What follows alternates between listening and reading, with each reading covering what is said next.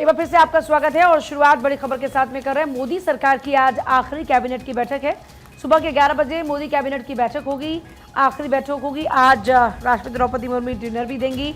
मोदी सरकार की आज आखिरी कैबिनेट की बैठक है, सुबह के 11 बजे यह आखिरी कैबिनेट की बैठक होगी। बड़ी जानकारी इस वक्त की।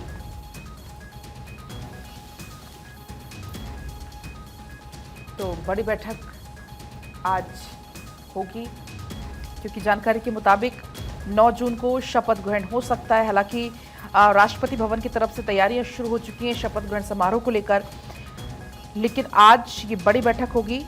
इस बीच प्रधानमंत्री नरेंद्र मोदी साढ़े 11 बजे का ये समय है जब बैठक होगी और शाम को एनडीए की बैठक भी संभव है।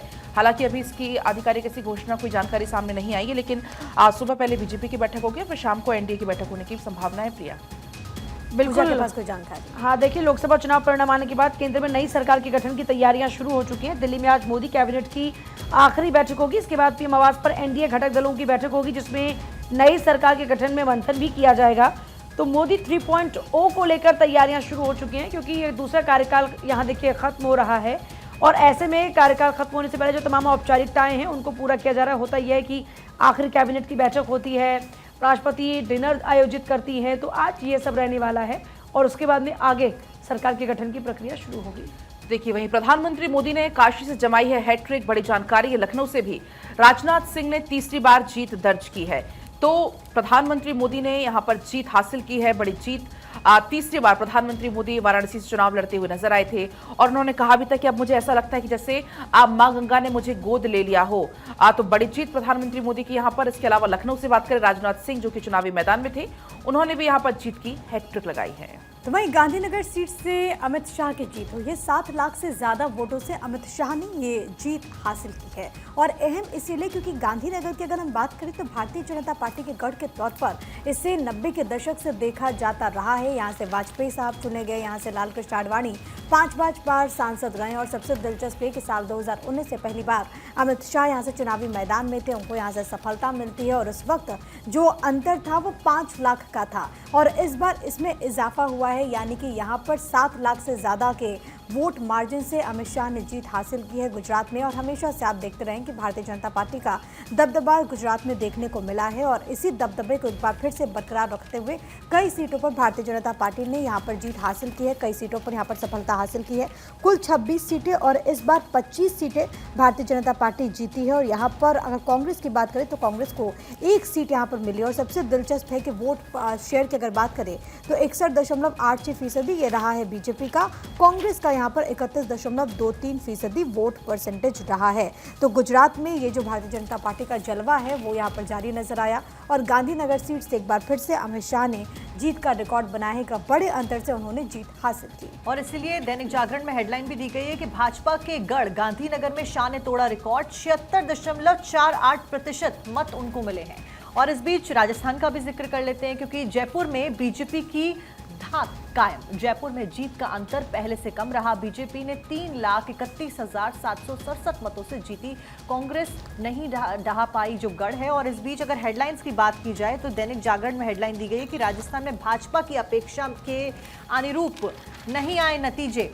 25 में से 14 लोकसभा सीटों पर ही जीती पार्टी के प्रत्याशी और 11 सीटों पर यहां पर आईएनडीआईए को विजय मिली, जो कि बीजेपी के लिए एक बड़ा झटके के तौर पर देखा जा रहा है क्योंकि क्लीन स्वीप पिछली बार राजस्थान को किया था बीजेपी ने। हालांकि विधानसभा चुनावों में बीजेपी पिछली बार हारी थी और इस बार विधानसभा चुनावों में जीतने के बावजूद बीजेपी राजस्थान में उतना अच्छा प्रदर्शन नहीं करती हुई नजर आई जितना एक्सपेक्टेड था।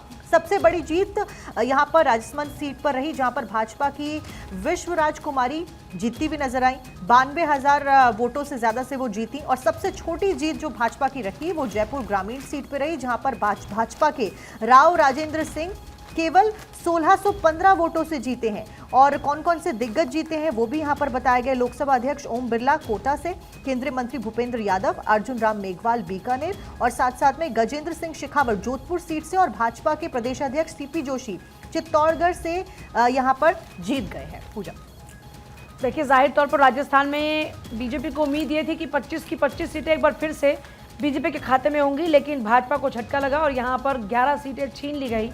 राजस्थान में 2 बार से क्लीन स्वीप कर रही थी भाजपा, लेकिन इस बार मात्र 14 सीटों पर ही संतोष करना पड़ा क्योंकि 11 सीटें कांग्रेस के खाते में चली गई। इसके अलावा देखिए बात राजस्थान के अलावा अगर बात करें मध्य प्रदेश की, तो मध्य प्रदेश में लाडली बहना और मोदी मैजिक से जो मिशन 29 था वो पूरा हुआ। सभी 29 की 29 सीटें बीजेपी के खाते में गई। इंदौर में लालवानी रिकॉर्ड 11 लाख वोट से जीते शिवराज सिंधिया की जीत यहां पर हुई। लेकिन एक रिकॉर्ड और भी हुआ इंदौर में ही, जरा सोचिए कि 1.5 लाख से ज्यादा वोट नोटा पर पड़े।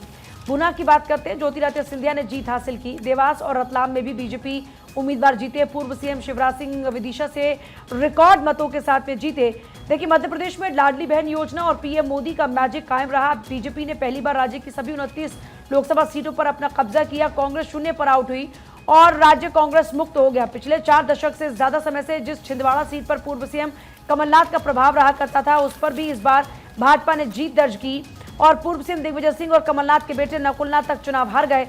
ऐसे में माना जा रहा है कि इन दोनों ही नेताओं का राज्य में सियासी दौर अब खत्म हो चुका है। कांग्रेस के प्रदेश अध्यक्ष जीतू पटवारी को पहले मैच में ही जोरदार पटखनी मिली और पूरे चुनाव के दौरान भाजपा की रणनीति के सामने कांग्रेस ध्वस्त ही नजर आई। कांग्रेस को नया नेतृत्व विकसित न करने का नुकसान साफ तौर पर इस चुनाव में नजर आया। मध्य प्रदेश की 29 सीटों को जीतने में किस तरह भाजपा सफल रही, जरा उसको भी देखिए। पीढ़ी परिवर्तन के दौर में मोहन यादव ने बाजी मारी है। राज्य में कांग्रेस और भाजपा में पीढ़ी परिवर्तन की बात का ये पहला चुनाव था। मुख्यमंत्री मोहन यादव के लिए भी लोकसभा का ये पहला चुनाव था, जिसमें उन्होंने शिवराज सिंह चौहान के 2014-2019 के लोकसभा चुनाव के पुराने रिकॉर्ड को भी ध्वस्त किया। शिवराज को मुख्यमंत्री पद से हटने के बाद मोहन यादव पूरे कुनबे को जोड़कर रखने में कामयाब रहे। शिवराज के अलावा ज्योतिरादित्य सिंधिया को भी साधने का उन्होंने काम किया। इतना ही नहीं, जिस तरीके से कांग्रेस के विधायक और कार्यकर्ताओं को भाजपा में शामिल किया गया, उसका भी एक बड़ा सियासी संदेश गया। इसके साथ ही कमलनाथ के बेहद करीबी नेताओं के कमल का दामन थामने का लाभ भी पार्टी को मिला। अब कुल मिलाकर देखा जाए तो महिलाओं का बहुत ज्यादा साथ पार्टी को मिला। राज्य में महिलाओं ने एक बार फिर से प्रधानमंत्री मोदी का ही साथ दिया। चुनाव के दौरान महिलाएं लाडली बहना स्कीम पर खुलकर बोलती हुई नजर आई और महिलाओं के खाते में सीधे पैसे जा रहे हैं, उसका लाभ भी उनको मिल रहा है। अब अगर देखिए आंकड़ों की बात करते हैं, 29 सीटें हैं लोकसभा की यहाँ मध्य प्रदेश में। 2024 में 29 की 29 बीजेपी के खाते में गई। 2019 की बात करते हैं तो 28 भाजपा के पास थी और 1 कांग्रेस के पास थी। 2014 की बात करते हैं 27 सीटें भाजपा के पास थी, 2 कांग्रेस के पास थी। इससे पहले 2009 की अगर बात करते हैं तो 12 सीटों पर बीजेपी का कब्जा रहा, जबकि 16 सीटों पर कब्जा रहा था कांग्रेस का। लेकिन इस बार कांग्रेस यहां से बिल्कुल आउट हो गई है और एक खाता तक नहीं खुल पाया। कमलनाथ के बेटे हार गए, दिग्विजय सिंह हार गए। यानी इन नेताओं को लेकर अब बड़ा फैसला लेने की आवश्यकता कांग्रेस को है। देखिए यहाँ पर काफी चौंकाने वाले कुछ रिजल्ट्स हैं वो सामने है। नकुलनाथ का जिनका जिक्र आप कर रही हैं, छिंदवाड़ा से, जिन्होंने हार का सामना करना पड़ा। बंटी विवेक साहू जिन्होंने जीत दर्ज की, बार बार हार के बाद भी चुनावी मैदान में। मध्य प्रदेश से आती है जी, जरा ये बताइएगा। और आपने क्योंकि पूरा विधानसभा चुनाव भी कवर किया था, ऐसी क्या वजह रही कि जिन कमलनाथ की तूती बोला करती थी आज जनता उनको नकार रही है? आप बिल्कुल देखिए, हालांकि छिंदवाड़ा हमेशा से ऐसा गढ़ कहा जाता है जहां पर जिसको कोई भेद नहीं सकता। हालांकि हमने देखा जब जैसे ही चुनाव प्रचार प्रसार का सिलसिला शुरू हुआ, चाहे खुद प्रधानमंत्री मोदी हो, जेपी नड्डा हो, अमित शाह हो या फिर खुद सीएम मोहन यादव हो, तमाम उनके दौरे देखे। विधानसभा चुनाव में भी हालांकि जो लाडली बहना योजना है उसका काफी ज्यादा शोर कह सकते एक तरीके से रहा, क्योंकि उस समय भी हर किसी की जुबान पर सिर्फ और सिर्फ लाडली बहना योजना का नाम था। नकुलनाथ जिनको हार का सामना करना पड़ा और जो विवेक बंटी साहू हैं 1,13,618 वोट से उनको हार का सामना करना पड़ा नकुलनाथ को। तो काफी बड़ी हार इसको कह सकते हैं। शिवराज सिंह चौहान जिनका जिक्र आप कर रही हैं, उनके अगेंस्ट में थे प्रताप भानु शर्मा जिनको हार का सामना करना पड़ा। 8,21,408 वोट से शिवराज सिंह चौहान ने जीत हासिल की है। विदिशा से वो चुनाव लड़ रहे थे। इसके बाद जीत के बाद जश्न का माहौल देखने को मिला विदिशा सीट का, जिसका हम जिक्र कर रहे हैं। आगे बढ़ेंगे, विदिशा सीट का जिक्र हम कर रहे हैं जहां पर काफी ज्यादा जश्न का माहौल, तस्वीरें आप देख पाएंगे। जीत के बाद शिवराज सिंह चौहान ने यहाँ पर लंबा एक रोड शो निकाला और रोड शो में भीड़ उमड़ती हुई भी नजर आई। मध्य प्रदेश रायसेन की अगर हम बात करें, विदिशा लोकसभा सीट से अपने जीत के बाद बीजेपी उम्मीदवार और मध्य प्रदेश के पूर्व सीएम हैं शिवराज सिंह चौहान रोड शो करते हुए जनता का यहां पर धन्यवाद देते हुए, तमाम जो देखिए उनकी जो बहनें उनको जो कहते हैं वो यहां पर नजर आ रही। जनता से यहां पर आशीर्वाद लेते हुए जीत के लिए उनको आभार ज्ञापित करते हुए शिवराज सिंह चौहान नजर आ रहे हैं। तस्वीर आप देख पाएंगे, रोड शो उनके द्वारा निकाल गया। रोड शो में काफी भीड़ भी उमड़ी। विदिशा सीट से उनको यहां पर चुनावी मैदान में उतारा गया था। हालांकि जब विधानसभा चुनाव के दौरान भी पहले विदिशा सीट के ही चर्चे थे कि विदिशा से ही उनको चुनाव लड़ाया जाएगा, लेकिन इसके बाद हालांकि उनको बुधनी से जो उनकी पारंपरिक सीट थी वहां से उनको उतारा गया, लेकिन लोकसभा की अगर हम बात करें तो विदिशा सीट से उनको उतारा गया और वहां से जीत दर्ज करते हुए शिवराज सिंह चौहान नजर आए। और शिवराज सिंह चौहान विदिशा, क्योंकि भारतीय जनता पार्टी का गढ़ भी ये पूरी सीट रही। और सबसे दिलचस्प ये कि जो मध्य प्रदेश की सियासत को समझता है वो इस बात को जानता है कि किस तरीके से उनकी छवि है, मामा वो कहलाते हैं वहाँ पर बेटियों के। और कहा जाता है जब विधानसभा चुनाव के जब नतीजे भी आए थे तो कहा जाता था कि अगर मुख्यमंत्री किसको बनना है तो शिवराज सिंह चौहान, लेकिन उसके बाद मोहन यादव को जब आगे किया गया तो तमाम बीजेपी के दिग्गज नेता इस बात का जिक्र कर रहे थे कि आप इन्हें जीत करके भेजिए, हम इन्हें बड़ी जिम्मेदारी देंगे। तो अब सबकी निगाहें वही होगी कि आखिरकार मामा को क्या जिम्मेदारी दी जाती है अगर एनडीए की सरकार बनी। और दूसरी जो सबसे दिलचस्प तस्वीर है कमलनाथ को लेकर के, जिसका जिक्र पूजा और पलक कर रही थी। देखिए एक वक्त वो भी आया जब कमलनाथ को लेकर के ये कयास बहुत तेज लगे कि कमलनाथ अपने बेटे के साथ बीजेपी में शामिल हो सकते हैं। उसके बाद जो परिस्थितियां बनी वो सबने देखा, लेकिन इंदिरा गांधी के दो हाथ, एक संजय गांधी और एक कमलनाथ। और वही कमलनाथ जो कि पूरी तरीके से अब उनके राजनीतिक भविष्य को लेकर के अब सवाल उठ रहा है, क्योंकि कमलनाथ अपने बेटे नकुलनाथ को अपनी पारंपरिक सीट से इस बार जीत नहीं दिला पाए। अच्छा, दिग्विजय सिंह वाली सीट भी काफी ज्यादा चौंकाने वाली रही, राजगढ़ की 1,40,000 वोट से वो हारे। राजगढ़ जो कि दिग्विजय सिंह का काफी गढ़ माना जाता है और वहां पर उनको हार का सामना करना और उन्होंने कह भी दिया था कि तुम्हारा आखिरी चुनाव है। लेकिन अब इसकी वजह उनका एक बड़बोलापन भी हो सकता है और ये एक बड़ा रीजन रहा होगा, और दूसरा उम्र का पड़ाव भी ऐसा है। बिल्कुल, चलिए अब आगे बढ़ेंगे और बात हिमाचल की भी होनी चाहिए, क्योंकि भाई वहां पर भारतीय जनता पार्टी का 100% स्ट्राइक रेट रहा। सभी 4 सीटों पर उन्होंने जीत हासिल कर लिया। लेकिन सबसे दिलचस्प है मंडी का जो चुनाव परिणाम, जहां पर एक तरीके से क्वीन वर्सेस राजकुमार वर्सेस प्रिंस का मुकाबला था। लेकिन इसमें क्वीन बॉलीवुड की कंगना रनौत ने बाजी मार ली है। उन्होंने जीत का सर्टिफिकेट हासिल किया, जनता को शुक्रिया अदा किया। और उन्होंने जिस तरीके से यहाँ पर चुनाव कंटेस्ट किया, हालांकि चुनावी दौर में लग रहा था कि मंडी में क्योंकि विक्रम आदित्य सिंह और जिस तरीके से अपने पिता वीरभद्र सिंह की लेगेसी को वो आगे बढ़ा रहे थे, तो कहा जा रहा था कि हो सकता है कि कंगना रनौत के लिए एक बड़ी चुनौती यहाँ पर पेश आए। लेकिन बीजेपी के टिकट से चुनावी मैदान में उतरी कंगना रनौत, जो कि पॉलिटिकल डेब्यू कर रही थी, वो सफल हुई और जीत का सर्टिफिकेट लेने के बाद उन्होंने जनता को क्या संदेश दिया, आपको सुनवा देते हैं। मैं बहुत भावुक हूँ इस वक्त, और ख़ासकर सारी मंडी की जनता को मैं बहुत आभार व्यक्त करना चाहती हूँ कि उन्होंने भारतीय जनता पार्टी को चुना। उन्होंने हमारे प्रधानमंत्री नरेंद्र मोदी जी के सुशासन को चुना और डेफिनेटली मेरे लिए पहली बार थी। और जैसा सब कहते हैं कि खास करके मंडी की सीट में बहुत ज़्यादा एक हॉट सीट बन के थी, वो तो एक मंडी के लिए ये एक अस्मिता का और स्वाभिमान का भी एक प्रश्न बन गया था, जिस तरह से मंडी के बेटियों को और हर तरीके से मंडी को बदनाम करने की कोशिश की जा रही थी। खैर, अब वो बातें सब हमारे पीछे रह चुकी हैं।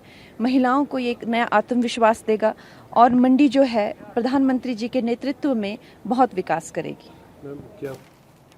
तो देखिए, कंगना रनौत को आप सुन रहे थे। और इस बीच दैनिक जागरण में यहाँ पर हेडलाइन भी दी गई कि हिमाचल में राष्ट्रीय मुद्दों पर जनता की मुहर और बीजेपी जीतती भी नजर आई। वहीं अगर जीत के बड़े नामों के बारे में बात की जाए तो अनुराग ठाकुर हमीरपुर से यहाँ पर 5वीं बार जीते हैं, जो कि बड़े इनाम है। और कंगना रनौत मंडी से पहली बार जीत दर्ज करती है। वहीं हार के बड़े नामों में कांग्रेस से आनंद शर्मा और कांग्रेस से ही विक्रमादित्य सिंह का नाम यहाँ पर शामिल है। बढ़ते खबरों में आगे अब यूपी की बात कर लेते हैं, क्योंकि यूपी में एनडीए को 30 सीटों का नुकसान हुआ है। वोट शेयर 8% घटा है। वहीं समाजवादी पार्टी की अगर बात की जाए तो सपा ने 37 और कांग्रेस ने 6 सीटें जीती हैं। बीजेपी के 7 मंत्री भी हार गए और कई सारे मंत्री ऐसे थे जिसके बारे में अभी हम जिक्र भी कर रहे थे पूजा, किस तरीके से कौशल किशोर हो या फिर वो दूसरे मंत्री हो जो कि बीजेपी के द्वारा लड़ रहे थे और तीसरी बार चुनावी मैदान में थे, बावजूद इसके वो हार गए और इसकी वजह से बीजेपी को काफी नुकसान इस बार यूपी में हुआ है। जाहिर तौर पर ये अंदेशा मुझे लगता है कि बीजेपी को बिल्कुल भी नहीं था, क्योंकि जिस तरीके से राम मंदिर का मुद्दा रहा, फिर उसके बाद काशी मथुरा बाकी है, इसकी गूंज भी खूब सुनाई दी। फैजाबाद में भी बीजेपी को हार का हाँ, सामना और ये करना देखिए पड़ा। लल्लू सिंह वहाँ हार गए। सबसे ज्यादा शॉकिंग ये था। और दूसरा सिर्फ वही नहीं, बल्कि जो राम मंदिर के आसपास की सीटें थी उसके इर्द गिर्द की सीटों में भी हार गई बीजेपी। मध्य यूपी की 24 सीटों में भाजपा 9 पर सिमटी। 2019 में यहाँ पर 22 सीटें जीती थी। भाजपा ने राम मंदिर की प्राण प्रतिष्ठा और निर्माण को जिस तरीके से जनता के बीच उठाया, उसका फायदा उसे मिल नहीं पाया। इस बात का जिक्र बार बार हो रहा है। राम मंदिर के इर्द गिर्द की जो लोकसभा सीटें थी, भाजपा वहां पर हार गई। अयोध्या मंडल में उसका रिपोर्ट कार्ड था वो 0 रहा। इतना नहीं, साल 2019 के चुनाव में भाजपा ने मध्य यूपी की 24 में से 22 सीटें जीती थी, लेकिन अब इस बार उसे इस क्षेत्र में 12 सीटों का नुकसान हुआ है। कांग्रेस को 3 और सपा को 10 सीटों का फायदा हुआ। अयोध्या मंडल की जो फैजाबाद सीट है, अगर उसकी बात करते हैं तो भाजपा इस सीट को बचा नहीं पाई। लल्लू सिंह यहाँ पर हार गए। सपा ने अयोध्या में दलित प्रत्याशी और पूर्व मंत्री अवधेश प्रसाद को उतारा, जिन्होंने भाजपा के लल्लू सिंह को 50,000 से ज्यादा मतों से पराजित किया। इस मंडल की सबसे चर्चित सीट सीट अमेठी में भाजपा प्रत्याशी और कद्दावर केंद्रीय मंत्री स्मृति ईरानी कांग्रेस के के शर्मा के सामने टिक नहीं पाई।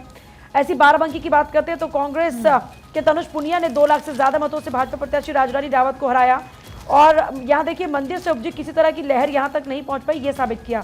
अयोध्या मंडल के अंबेडकर नगर क्षेत्र में पिछली बार बसपा के टिकट पर सांसद चुने गए रितेश पांडे पर भाजपा ने इस बार दाव लगाया और यहाँ पर ये दाव भी फ्लॉप साबित हुआ। क्या साक्षी कुछ ऐड ऑन करना है क्या? पूजा, एक आर्टिकल न्यूज़पेपर में दिया गया है जो कि हेमंत शर्मा जी के द्वारा लिखा गया है। इसमें बताया गया कि उत्तर प्रदेश ने खेल पलट दिया। यूपी में भाजपा की रणनीति, जातीय रसायन और योगी राज का करिश्मा अखिलेश यादव ने विफल किया है। तो पूरी तरीके से अखिलेश यादव को गेम चेंजर के तौर पर दिखाया गया है और बताया गया कि उत्तर प्रदेश ने खेल पलट दिया। अखिलेश यादव ने भाजपा का रथ रोक दिया। अगर भाजपा को रोकने का श्रेय किसी को जाता है, किसी राजनेता को जाता है, तो वो अखिलेश यादव। अखबार में मैं पढ़ रही थी पूजा, यहाँ पर इस बात का भी जिक्र है कि अखिलेश यादव ने अपने पिता मुलायम सिंह यादव का रिकॉर्ड यहाँ पर तोड़ा है क्योंकि वोट परसेंटेज के लिहाज से उसका अब तक का सबसे बेहतरीन परफॉर्मेंस लोकसभा चुनाव में ये रहा। बिल्कुल जाहिर तौर पर जो वोट परसेंटेज था 2004 का जिक्र आप कर रही हैं, 2004 में जो रिकॉर्ड मुलायम सिंह यादव ने बनाया था उसे अखिलेश, और देखिए मुझे लगता है कि किसी भी पिता के लिए राजनीतिक तौर पर भी अगर देखा जाए तो अगर उनका बेटा ही उनका रिकॉर्ड तोड़ता है तो एक बड़ी अचीवमेंट होती है। और मुझे लगता है कि अखिलेश यादव ने अपने पिता को एक कहते हैं ना अच्छी श्रद्धांजलि दी है। और क्योंकि इस बार पिता का साया सर पर नहीं है और ये देखिए बड़ी बात यह है कि ये माना जा रहा था कि मुलायम सिंह यादव के बाद में ये पहला चुनाव है। हालांकि देखिए पार्टी की कमान तो काफी पहले से वो संभाल रहे, लेकिन इस बार उनके पिता का साथ ही नहीं था, साया नहीं था, उनके साथ वो नहीं खड़े थे। लेकिन उनकी एब्सेंस में ये अखिलेश यादव का लोकसभा चुनाव था पहला और जिसमें उन्होंने बेहतरीन परफॉर्मेंस और ऐसा एकदम से बिहार में भी देखने को मिला चिराग पासवान के साथ, क्योंकि वो एनडीए का हिस्सा था और 5 की 5 सीट में, यानी कि बेहतरीन स्ट्राइक रेट उनका भी रहा। और वहां पर भी सिचुएशन ऐसी है कि रामविलास पासवान अब इस दुनिया में नहीं। और क्योंकि आपने चिराग पासवान का जिक्र किया तो चिराग पासवान की एक बड़ी खूबसूरत सी तस्वीर मेरे पास अखबार में है जहां पर वो अपनी मां के साथ में खड़े हुए नजर आ रहे हैं और नीतीश का जादू कायम तो चिराग भी चमके, इसी हेडलाइन के साथ में यहाँ पर ये पूरा आर्टिकल है। और देखिए चिराग पासवान, पिछली बार का मुझे 2019 का चुनाव याद आ रहा है जब ये माना जाता है कि बीजेपी की हार की कई जगहों पर वजह वो बने जी, लेकिन चिराग पासवान इस बार बीजेपी के साथ में नजर आए और पीएम मोदी ने जिस तरीके से उनके कंधों पर हाथ रखा, गले लगाया, उसमें चिराग पासवान ने भी कहा कि मुझे भरपूर साथ मिल रहा है और इस बार बहुत ही बेहतरीन परफॉर्म किया है अब बिहार में चिराग पासवान। और क्योंकि वहाँ पर जो स्थितियाँ बनी विधानसभा चुनाव में वो दरअसल अलग हुए थे और 2019 में तो क्योंकि लोक जनशक्ति पार्टी के जितने सांसद थे उस वक्त परिस्थितियाँ कुछ और थी, वो जीत करके आए, लेकिन उसके बाद नीतीश कुमार के फैक्टर पर वो अलग हुए थे। लेकिन इस बार 5 की 5 सीट उन्होंने जीती। और सबसे जो दिलचस्प है वो देखिए कि 23 वर्ष की शांभवी चौधरी जो कि जीत कर आई और मुझे लगता है कि सबसे युवा सांसद और प्रधानमंत्री ने भी इसका जिक्र किया, अशोक चौधरी की बेटी। और इसका जिक्र इसलिए भी क्योंकि चिराग पासवान पर कई सारे सवाल उठे कि आपने भाई कैंडिडेट कैसे चुन लिए हैं जो आपके अपने पार्टी के थे, आपने उनको मौका नहीं दिया, लेकिन इन तमाम चीजों को उन्होंने धत्ता साबित कर दिया और तमाम उम्मीदवारों की इस चुनाव में एक बात नजर आई कि युवाओं पे जो दाव लगाया गया, लोग युवाओं को पसंद कर रहे हैं और तजुर्बे का लोगों का सम्मान है, लेकिन राजनीति में अब युवाओं को मौका देना होगा। इस बार के चुनाव में ये बड़ा संदेश जाता है नई पीढ़ी की राजनीति की शुरुआत, यानी कि क्या युवा प्रधान देश का जिक्र करने से आप आगे नहीं बढ़ पाएंगे, आपको युवाओं को ग्राउंड पे मौका देना बहुत जरूरी है। देखिए डेफिनेटली ये एक बड़ा फैक्ट है कि जब आप एनर्जी की बात कर रहे हैं, जब आप एक्सपीरियंस, एनर्जी और एक्सपीरियंस दोनों का तालमेल बेहतर होता है और ये बात इसको जिस तरीके से कोई भी पार्टी अगर आगे बढ़ाती है तो जाहिर तौर पर उसको आगे बढ़ने का मौका मिलता है। इसी वजह से पेपर लीक के मुद्दे को भी इस आर्टिकल में बताया गया है कि एक अहम मुद्दा है कि युवा बहुत ज्यादा मतलब नाराज थे पेपर लीक को लेकर कि वो तैयारी करते थे और पेपर लीक हो जाता है और इस वजह से काफी बड़ी संख्या में जो युवा है उनका जो वोट है वो यहाँ पर बटा है इस बार जाहिर तौर पर। और चलिए आगे बढ़ रहे हैं और आगे बढ़ते हुए पलक आपको बताएंगे फैक्ट फाइल। फैक्ट फाइल में बात होगी आज विश्व पर्यावरण दिवस की। आज 5 जून है, विश्व पर्यावरण दिवस मनाया जाता है। 1972 में विश्व पर्यावरण दिवस की शुरुआत हुई थी। पर्यावरण के बारे में लोगों को जागरूक करना इसका उद्देश्य है। प्रदूषण रोकने के बारे में लोगों को शिक्षित करना इसका उद्देश्य है। पर्यावरण को हरा भरा बनाने के लिए प्रेरित करना थीम इस बार है। भूमि बहाली, मरुस्थलीकरण, सूखा, लचीलापन। तो हर साल 5 जून को मनाया जाता है विश्व पर्यावरण दिवस और ऐसे में आज भी मनाया जा रहा है। तमाम कार्यक्रम का आयोजन जगह जगह आज किया जाएगा। स्कूलों में आज के दिन तमाम आयोजन किए जाते हैं, पौधारोपण किया जाता है। आज के दिन प्रदूषण को रोकना, लोगों को शिक्षित इसके बारे में करना इसका प्रमुख उद्देश्य है।